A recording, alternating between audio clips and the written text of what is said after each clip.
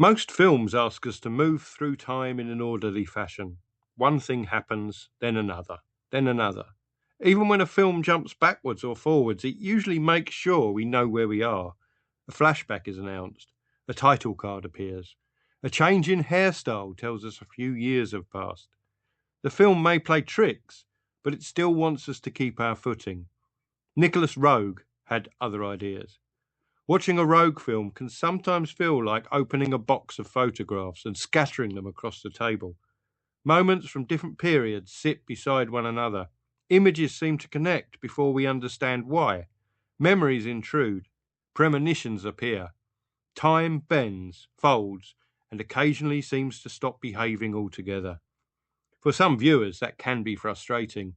For others, it is precisely what makes Rogue fascinating. Because underneath all of the visual invention and all of the ambiguity, there is a simple question running through much of his work. What if films have been showing time in the wrong way? After all, human beings do not experience life as a neat sequence of events. We remember things unexpectedly. We imagine futures that never arrive.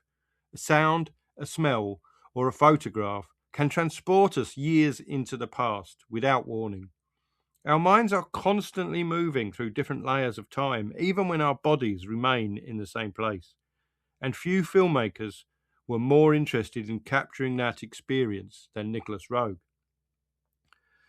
Roeg's route into directing was unusual. Born in London in 1928, he entered the film industry not as a writer or director, but through the camera department. Before he became known for some of the most distinctive films of the 1970s, he spent years learning how films were physically constructed. It is easy to overlook how important that was. Many directors begin with stories. Roeg began with images. He worked his way through the industry and eventually became one of Britain's most respected cinematographers. His name appeared on productions of increasing scale and ambition. He worked on major films including Fahrenheit 451 and Lawrence of Arabia. What Roeg absorbed from those years was not simply technical knowledge. He learned how images communicate, how a shot can suggest an idea before a character speaks, how editing can create meaning by placing two seemingly unrelated moments beside one another, how cinema can operate emotionally rather than logically. Those lessons would become central to his directing career, because when Roeg finally moved into the director's chair, he did not behave like somebody whose first instinct was storytelling. He behaved like somebody who thought in pictures. The result was a body of work unlike almost anything else being produced in British cinema at the time. Many directors use images to support a narrative. Roeg often seemed to use narrative as a framework for images. That difference may sound subtle, but instead of asking what happens next, Roeg's films often ask what this moment reminds us of. Instead of moving steadily forward, they circle, echo, and connect. A glance acquires meaning later. An image reappears in a different context. A scene seems to predict another scene that has not yet happened. The audience gradually discovers that the connections matter as much as the plot itself. And that brings us to the central idea running through much of Nicolas Roeg's work. He was not simply interested in showing events. He was interested in showing how people experience them. So we need to talk about time. There is a habit in cinema that is so common we rarely notice it. Films usually treat time as a matter of sequence. A happens, then B happens, then C happens. The audience follows the chain from beginning to end. Even complex films often work this way underneath the surface. The events may be rearranged, but the story itself remains a line that can be traced from one point to another. Real life feels rather different. Think about your own day. You might be making a cup of tea when something suddenly reminds you of school. You might hear a song and find yourself thinking about a holiday 20 years ago. You might be lying awake worrying about something that has not happened yet. Physically, you are still in the present. Mentally, you are somewhere else entirely. Human beings are constantly travelling through time without moving an inch. Memory does not obey a timetable. Neither does fear. Neither does grief. Neither does anticipation. I do not think he was trying to make films that were deliberately confusing. Certainly some viewers have found them confusing, but that feels more like a side effect than the objective. What he appears to have been chasing was something much harder. He wanted cinema to reflect the way people actually experience life, not just as a tidy chronology, but as a jumble of memories, associations, emotions, and possibilities. That is why moments in his films often seem connected before we understand the connection. An image appears, and then another, and then another. Only moments later do we realize that our minds have already started linking them together. Roeg trusted the audience to do something many filmmakers try to avoid. He trusted them to feel their way through. That can be unsettling because most films are eager to explain themselves. They reassure us. They tell us where we are. They tell us what matters. Roeg is often willing to leave the audience slightly off balance. Not lost, just uncertain. And uncertainty is a surprisingly important ingredient in his work, because uncertainty is how much of life actually feels. We do not know what will happen tomorrow. We do not fully understand what happened yesterday. We carry fragments of our experience around with us and spend much of our lives trying to arrange them into a coherent story. Roeg's films often seem fascinated by that process. His characters are frequently people who are struggling to make sense of events that feel larger than their ability to understand them. Sometimes those events are tragic. Sometimes they are mysterious. Sometimes they are simply strange. But again and again, the characters find themselves trapped in worlds where certainty is impossible. The audience shares that experience. We are not standing outside the story looking in. We are inside the uncertainty with them. And nowhere did Roeg explore that more effectively than in the film that remains his most celebrated achievement. A film that begins with a tragedy so sudden and devastating that everything which follows seems to bend around it. A film in which the past refuses to stay in the past. A film where time itself feels wounded. That film is Don't Look Now. And there are many ways to describe Don't Look Now. It is a psychological drama. It is a study of grief. It is a mystery. It is a supernatural story. At various points, it looks like all of those things. But what makes the film remarkable is not its plot. It is the way the plot is experienced. The film begins with one of the most devastating openings in British cinema. John and Laura Baxter are at home with their children. It is an ordinary day. There is no dramatic build-up, no warning that something terrible is about to happen. And then tragedy strikes. And from that moment onwards, the entire film changes shape. The Baxters travel to Venice, hoping in their different ways to continue with life. John throws himself into work. Laura appears more willing to confront what has happened. Yet neither of them really escapes the loss. How could they? Grief does not work like that. It does not arrive, make its point and leave. It lingers. It intrudes. It appears without warning. A person can be walking through a city and suddenly find themselves back in a moment they desperately wish they could forget. That is the emotional reality Roeg is trying to capture. The characters may have travelled to Venice, but emotionally they are still living in the shadow of the opening tragedy. The past keeps leaking into the present. Images repeat, colours repeat, moments echo one another. The audience begins to notice connections even when they are not fully explained. And that is where Roeg's editing becomes so powerful. A conventional director might use editing to clarify events. Roeg often uses editing to create associations. One image suggests another. One moment seems to rhyme with a moment elsewhere in the film. Meaning emerges through accumulation rather than explanation. The result is strangely unsettling. Not because we are confused about what is happening, rather because we begin to feel that events are connected in ways we cannot quite articulate. The film seems haunted long before any discussion of the supernatural enters the story. Venice itself contributes to that feeling. In many films, Venice is presented as beautiful, romantic, or glamorous. Roeg's Venice feels older than that. A city of decaying buildings, narrow passages, and hidden corners. A place where people can disappear from view in an instant. It feels like a city built from memory. The perfect setting for a film in which the past refuses to remain buried. What is particularly impressive is how little of this depends on dialogue. The characters are not constantly explaining their emotions. Roeg trusts images, he trusts faces, he trusts the audience. A glimpse of something red in the distance, a look exchanged between two characters, a moment that appears insignificant at first and becomes important later. The film is full of these fragments. And because they are fragments, the audience becomes active in assembling them. We start looking for connections. We start anticipating echoes. We begin participating in the film's way of thinking. That may be why Don't Look Now remains so effective. Many thrillers depend on surprise. Once you know the ending, part of the mechanism disappears. Roeg's film works differently. The emotional experience remains intact because the film is not really about solving a mystery. It is about living with uncertainty. It is about grief altering perception. It is about people trying to find patterns in a world that suddenly seems impossible to understand. In that sense, the supernatural elements almost become secondary.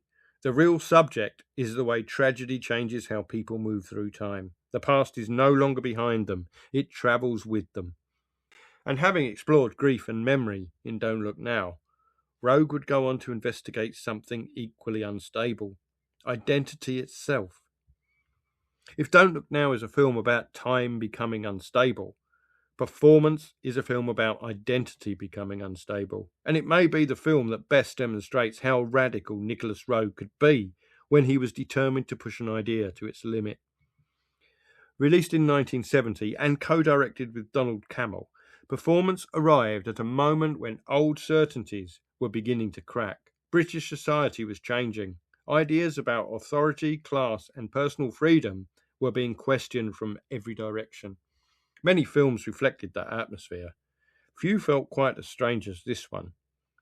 At the centre of the story are two men who appear to have almost nothing in common. Chaz is a violent London gangster, aggressive, disciplined, and completely certain of who he is. Turner, played by Mick Jagger, is a reclusive rock star living in a world that seems detached from ordinary reality. One man represents control, the other represents escape.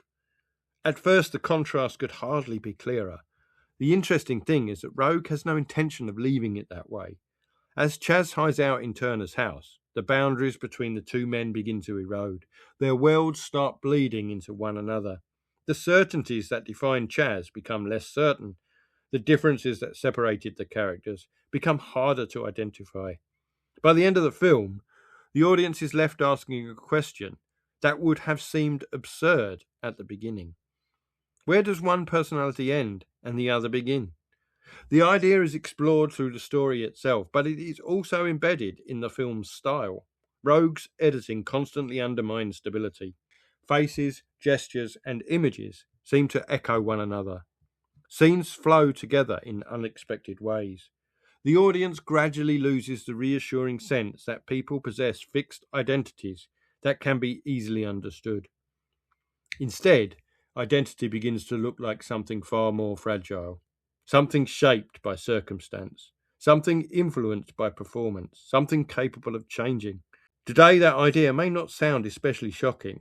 Modern audiences are accustomed to discussing identity as something fluid and complicated. In 1970, it felt considerably more provocative. Performance was not merely asking who these characters were, it was asking whether anybody possesses a single permanent self at all. That question helps explain why reactions to the film were so divided. Some viewers found it exhilarating, others found it baffling. A few found it almost impossible to engage with. All of those responses make sense because Performance refuses to offer a stable place from which to observe events. The audience experiences the same erosion of certainty as the characters themselves. And that is a pattern that runs through Roeg's work again and again. He places people in situations where their assumptions stop working. The result is not confusion for its own sake. It is a way of revealing things that certainty tends to conceal. What makes Performance so important within Roeg's career is that many of the ideas which would define his later films are already present. The fragmented structure, the subjective viewpoint, the fascination with perception rather than objective reality. All of it is here. The film feels less concerned with documenting events than with recreating a state of mind. And that may be the simplest way of describing Nicolas Roeg's cinema. He was rarely interested in what happened. He was interested in how it felt. And nowhere would that approach become more ambitious than in the story of a visitor who was not merely out of place in society, he was out of place on Earth itself. At first glance, The Man Who Fell to Earth looks like a science fiction film. It contains an alien visitor, advanced technology, a story that begins somewhere beyond our world. All of the usual ingredients appear to be present, yet describing the film simply as science fiction feels slightly misleading, because Nicolas Roeg seems far less interested in outer space than in the experience of being disconnected from the world around you. Thomas Jerome Newton, played by David Bowie, arrives on Earth with a purpose. He has a mission, a goal, a reason for being here. What follows is not a conventional tale of adventure or discovery. Instead, it becomes a study of isolation. Newton moves through human society, but never truly becomes part of it. He observes, he participates, he forms relationships. Yet there remains a distance between him and everyone else, a barrier that can never quite be crossed. It is difficult to imagine a better Roeg protagonist, because many of his characters exist in exactly that state. They are physically present, but emotionally detached, connected to the world and separated from it at the same time. The difference here is that Roeg has found a literal way of expressing the feeling. The outsider is no longer metaphorical. He is genuinely alien. What makes the film especially interesting is the way Roeg handles time. Years pass, then more years. Lives change, relationships form and decay. The world keeps moving, yet the passage of time rarely feels orderly. Instead, it accumulates. One experience settles on top of another. Memories pile up, moments drift together. Watching the film can feel oddly similar to looking back across your own life. Certain events remain vivid, others blur together. Entire periods seem to vanish almost without notice. That sensation is difficult to capture on screen, and Roeg captures it repeatedly. The film also contains one of the recurring tensions found throughout his work. Characters search for connection, yet genuine connection remains frustratingly elusive. People misunderstand one another. Relationships become distorted. Good intentions lead to disappointment. The closer individuals appear to become, the more isolated they sometimes feel. That is not a particularly cheerful view of human existence, but it is a recognisably human one. Perhaps that is why the film continues to resonate. Beneath the science fiction surface lies something surprisingly familiar. Most people know what it feels like to be out of place. Most people know what it feels like to look around and wonder whether everyone else has received instructions that somehow passed them by. Newton simply experiences that feeling on a grander scale. And then there is David Bowie. Few performances have ever seemed more naturally suited to a Roeg film. Bowie had already built much of his public image around transformation, performance, and shifting identity. He understood what it meant to appear familiar and strange at the same time. In many ways, actor and director seem perfectly matched. The result is one of those films where the casting feels inseparable from the idea itself. Remove Bowie and the film changes fundamentally. Remove Roeg and it becomes something else entirely. Together they create a work that remains difficult to categorise. Science fiction, drama, character study, satire. It contains elements of all of them. Yet what lingers afterwards is not the plot. It is the feeling, the sense of distance, the sense of dislocation, the sense of a life slipping through time. And by this point in Roeg's career, a pattern is becoming impossible to ignore. Whether the subject is grief, identity, or alienation, he keeps returning to the same basic method. He builds films through associations, through connections that are felt before they are understood. And then there is the tool that made all of this possible. When people discuss film directors, they often focus on things that are easy to identify: acting, dialogue, stories, visual style. Editing rarely receives the same attention. That is partly because good editing is often invisible. If a scene flows naturally, most viewers never stop to think about how it was assembled. Yet editing is one of cinema's defining tools. It determines what we see, when we see it, and how one moment relates to the next. And for Nicolas Roeg, it was arguably the centre of everything. Many directors treat editing as a way of organising a story. Roeg treated it as a way of generating meaning. In a conventional film, a scene usually exists because it advances the plot. One event leads neatly into another. Roeg often seems more interested in what happens between those events. A cut can create a comparison, a juxtaposition, a question. The audience finds itself making connections that are never formally explained. That approach rewards repeat viewing. The first time through, viewers are usually following the narrative. On later viewings, other patterns begin to emerge. Details that seemed incidental take on greater significance. Moments that appeared disconnected suddenly seem part of a larger design. The films become richer rather than simpler. This is one reason Roeg's reputation has endured. His work invites revisiting. Not because it is obscure, but because it contains more than one layer of engagement. A viewer can enjoy the surface story. Another can spend years thinking about the way the film has been assembled. Both experiences are valid. What makes Roeg unusual is that structure itself becomes expressive. The arrangement of scenes tells us something about the characters and the world they inhabit.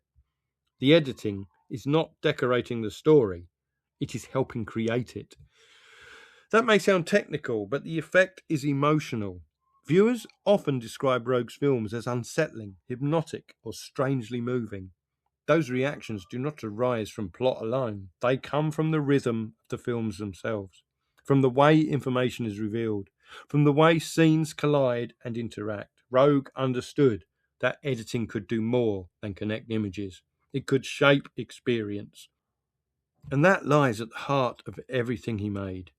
And it's also why his films continue to divide audiences.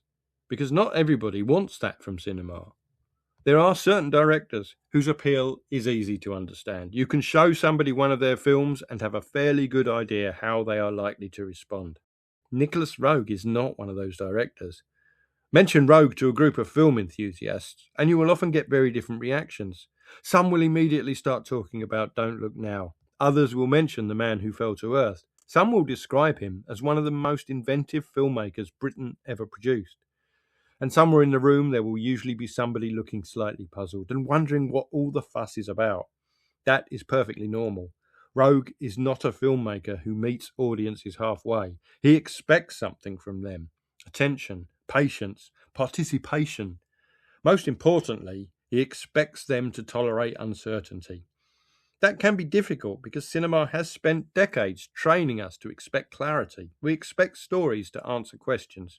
We expect mysteries to be solved. We expect important details to be highlighted for us. Roeg often resists those instincts, not because he is being difficult, not because he is enjoying frustrating audiences, but because certainty is not the subject that interests him. Human beings are rarely as certain as they pretend. We misunderstand people. We misremember events. We convince ourselves that we understand situations when we really do not. Life is full of ambiguity. Roeg's films simply refuse to tidy that ambiguity away. That does not mean they lack meaning, quite the opposite. The meaning is often sitting there in plain sight. The challenge is that it arrives through images, associations, and emotions rather than direct explanation. A viewer waiting for everything to be neatly spelled out may leave disappointed. A viewer willing to engage with the film on its own terms may discover something far richer. Neither reaction is wrong. Different audiences want different things from cinema. Some people want stories. Some people want characters.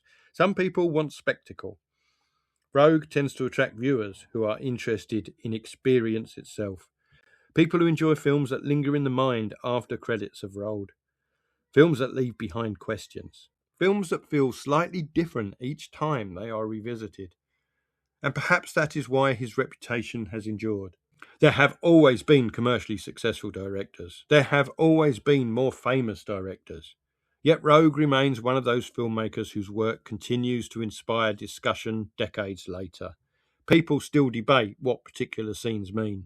People still argue about interpretations. People still return to the films looking for connections they missed before. That is not usually what happens with disposable cinema. It is what happens when a filmmaker creates work that remains alive in the imagination. The fact that Roeg divides audiences may actually be evidence of his success. His films are not designed to produce a single response. They are designed to provoke thought, reflection, and interpretation. Some viewers embrace that invitation, others decline it. Both are perfectly reasonable, but whether you love his films or struggle with them, it is difficult to deny that they feel unlike anybody else's. And that uniqueness brings us back to the question we began with. What exactly was Nicolas Roeg doing that made his films so distinctive? The answer may be simpler than it first appears. It is tempting to describe Nicolas Roeg as a director who broke the rules. People often do. They talk about fragmented narratives, unusual editing, and unconventional storytelling. All of that is true as far as it goes, but I am not sure it quite captures what made him special, because Roeg does not seem particularly interested in breaking rules for the sake of it. There is no sense of a filmmaker showing off how clever he is. No sense of somebody deliberately making films difficult in order to impress other filmmakers. If anything, the opposite is true. The more you watch his work, the more it feels as though he was chasing something very simple. He wanted cinema to feel closer to lived experience, not life as it appears on a calendar, life as it feels inside a human mind. A place where memories arrive unexpectedly, where fears about the future shape the present, where a single image can remain with us for decades, where events acquire new meanings long after they have happened. Most films organise experience into a neat sequence. Roeg was fascinated by the messier reality underneath. That is why grief in Don't Look Now feels so immediate, why identity becomes so unstable in performance, why alienation feels so profound in The Man Who Fell to Earth. The subject changes from film to film. The method remains remarkably consistent. Again and again, Roeg asks us to stop thinking about life as a straight line.